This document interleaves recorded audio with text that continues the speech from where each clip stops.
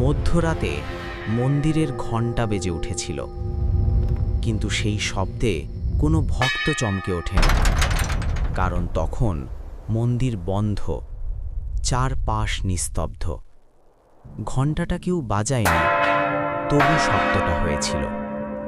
ঠিক তারপরেই মন্দিরের ভেতর থেকে ভেসে এসেছিল ভারী নিঃশ্বাসের মতো একটা শব্দ, যেন কেউ খুব কাছ থেকে দাঁড়িয়ে শ্বাস নিচ্ছে।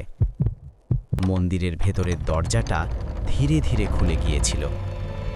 সেই সময় গ্রামের একমাত্র পাহারাদার হরিপদ বুঝতে পেরেছিল এই রাতটা অন্য রাতের মতো নয়।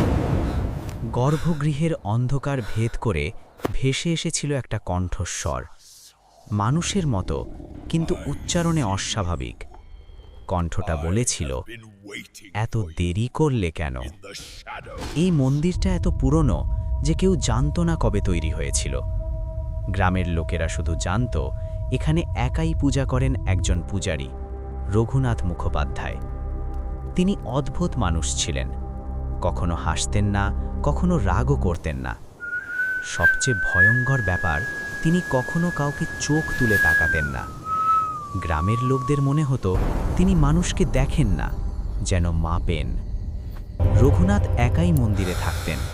ভোরে ঘণ্টা, দুপুরে ধূপ, সন্ধ্যায় আরতি, সব নিয়ম মাফিক চলত। কিন্তু সন্ধ্যার পর দরজা বন্ধ হয়ে যেত। রাতের ভেতরে কি হতো কেউ জানত না, কেউ জানার সাহসও করত না। সেই